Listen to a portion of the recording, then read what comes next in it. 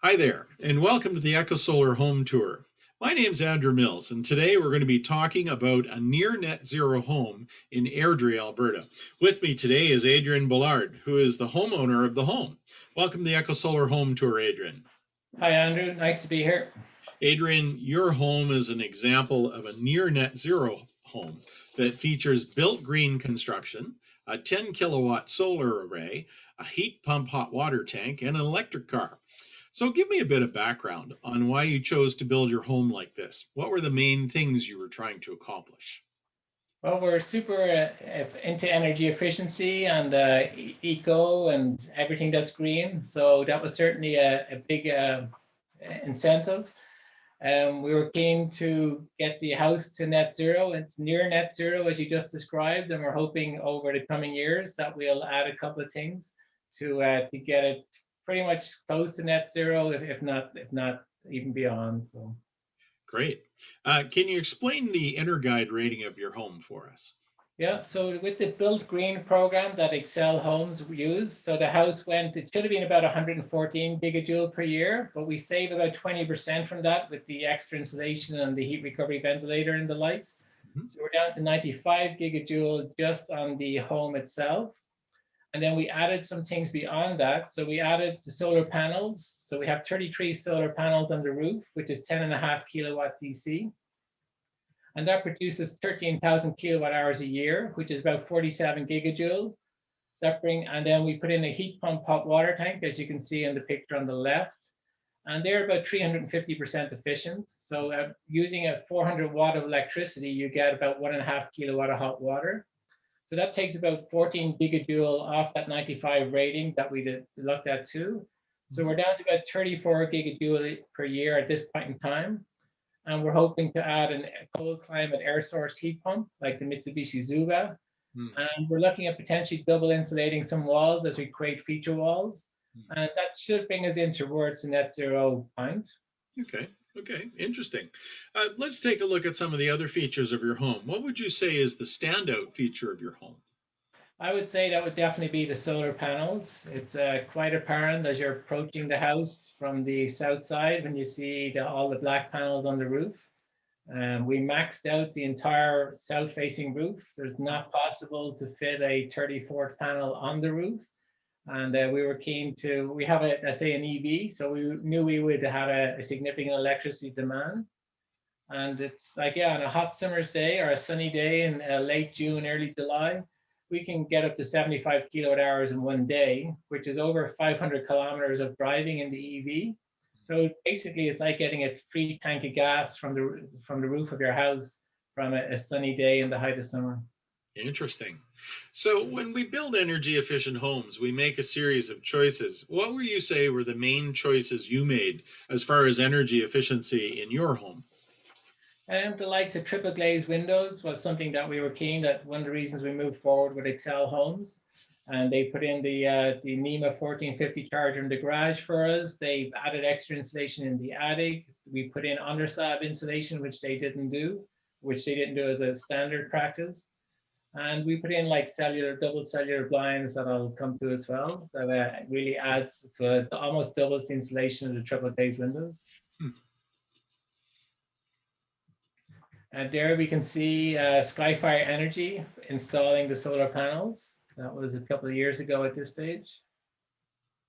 Still pretty early in the in your housing development there. Exactly. Yeah, actually, it's been really built up in the past 6 months. It's amazing just how much development's been going on around it.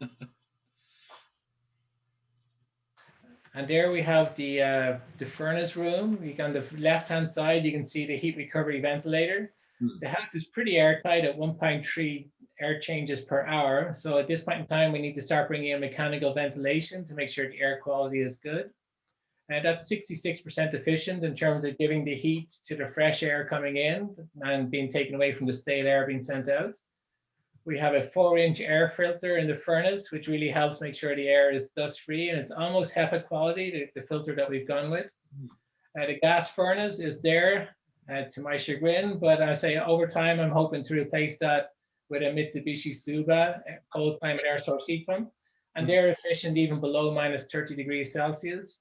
And with a 10 kilowatt bank of resistance heating, we can make sure the house is still cozy when it's minus 40 degrees. Right.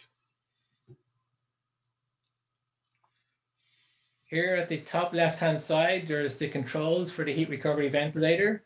And that helps us, we don't have to adjust it that much, but in the really cold days, we can help reduce humidity by bringing in more outside air. And that can help just make sure with condensation on the glazing. And we have a smart thermostat that also is controlled by a phone app, and that just helps us to change schedules pretty easy on the phone, or to adjust the temperature when we're away from the house, and then just the humidifier setting below that. Interesting. Another important area for savings is water costs. Are there any features of your home that save on water costs? Yeah, the builder supplied a very efficient pilot. It only uses about 3 liters per flush, and they work really well. Hmm. On the heat pump hot water tank, so we have a preheating hot water tank, which really accounts for like 99% of the hot water heating. And that's, I say we have a time scheduled to work during peak solar hours. And that heats the water to 60 degrees Celsius before it goes into the traditional gas tank. But that really rarely has to kick in because it's getting more hot water than the temperature it's set for. So really the vast majority of our water is coming from the heat pump hot water tank, which in turn is solar powered. Interesting. Are there any other features of your home that you'd like to tell me about? Sure. One of the easiest things people can do to their homes is actually add honeycomb cellular blinds.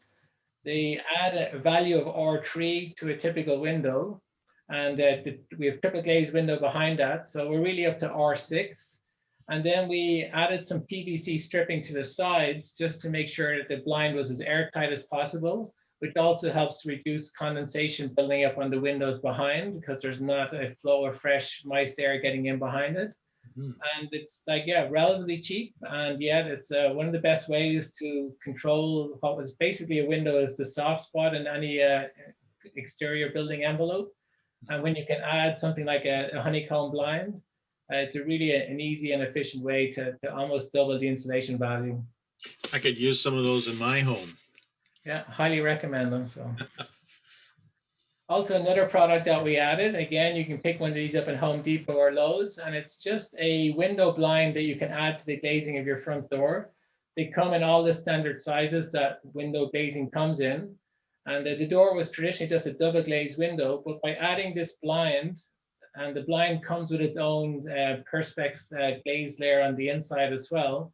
So we're really making the double glazing triple glazed, plus we're adding that blind layer, which if you close the blind in a minus 40 day, you're creating another air barrier where you've got 2 levels of air before you get to the double glazed window. And you can see on the thermal camera that we have a FLIR adjustment to our phone that works with the app. And you can see at the top of the glazing there, it's almost the same color as the main frame of the door. And you can see it's showing even 19.9 degrees at the mid-level on the door.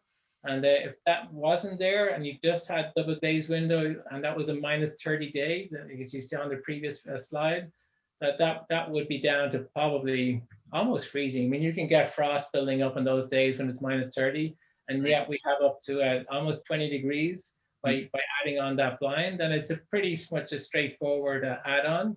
You just loosen the trim around the existing door glazing, and you slide this in, tighten things back up, and hey presto, you've got a triple glazed front door. Very nice. You mentioned before that you had an electric car. Tell me why you chose the car and what your experience has been. I've been super passionate about Tesla and EVs in general since the very start. The car is actually super economical. Like most people, I think, have a thought in their head that Teslas or electric cars are outside their price range. But if they were to look at total cost of ownership, it's actually super economical. And we do a lot of miles. I drive a lot for work. And we were putting $700 gasoline into an ICE. And that $700 of gasoline is less than $100 worth of electricity. So we're saving over $600 a month in running costs. We pay a couple $100 a month extra in a car payment, but it's more than made up in how economical the car is. Plus, it's so much fun to drive. So Right. Yeah, if anyone's on the fence about getting an EV, I would say look at total cost of ownership, and you'd be surprised how it'll fit into your budget. So, Interesting. Interesting. yeah. So, what would you say was the most challenging aspect of building your energy efficient home?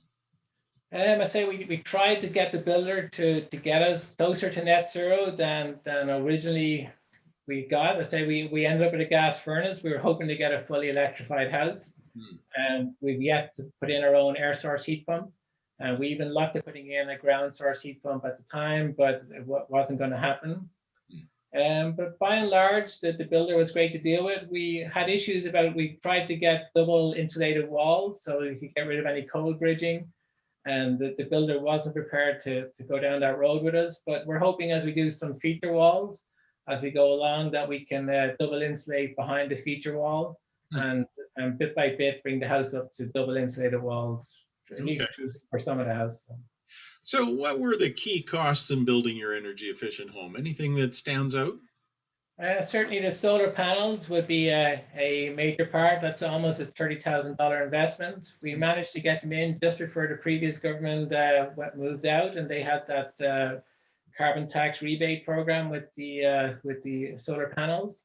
Hopefully, that comes back at some point in time, but that covered a third of that cost. Nice. And yeah, so that was probably the biggest outlay. The heat pump hot water tank is a few thousand. And say when eventually it's about 10,000 or so for an air source heat pump, which we hope to upgrade the furnace to at some point in time. Any examples of cost savings on the result of some of these energy efficient choices you've made? Yeah, certainly the house is quite easy to heat. It doesn't take that much energy, especially with the blinds on the windows. We've kind of got rid of most of the cold spots, as it were. Mhm. And yeah, the house is it's super cozy. We have it 20, 21 degrees pretty much all the time we're here. And yeah, it doesn't create a big gas bill at all to get it there. So Nice. Anything you would have done differently? um other than I say some of those extra things about trying to get the heat pump in and have the house fully electrified at the outset. Other than that, we can manage them in time to come as we do some upgrades. So yeah, no, by and large, we're really happy with the house. Well, I've been working for 20 years to upgrade my house, so good luck to you and have fun with it. Yeah, it's an What ongoing project. what aspect of your home was the most satisfying to complete? We really like the interior. Myself and my wife put a lot of thought into the interior decoration and kitting it out. And this here, like you can see the electric fireplace below the TV on the wall. On each floor of the house, we have electric resistance heating, and that's helps minimize the use of gas. Um, and so you can see the cellular blind there too. And we have open plan from that room you just seen towards the dining and the kitchen. And we really like our modern appliances, the white cabinets, the white walls, the gray laminate flooring. So it kind of ticked all the boxes for the style that we were looking to go for. Very nice, very nice. I think that's it for today. Is there anybody you'd like to thank that helped you design or build the house? Yeah, I'd certainly like to thank my wife for going along with all my idiosyncrasies when it came to really pushing the envelope and getting an eco-friendly house as much as possible.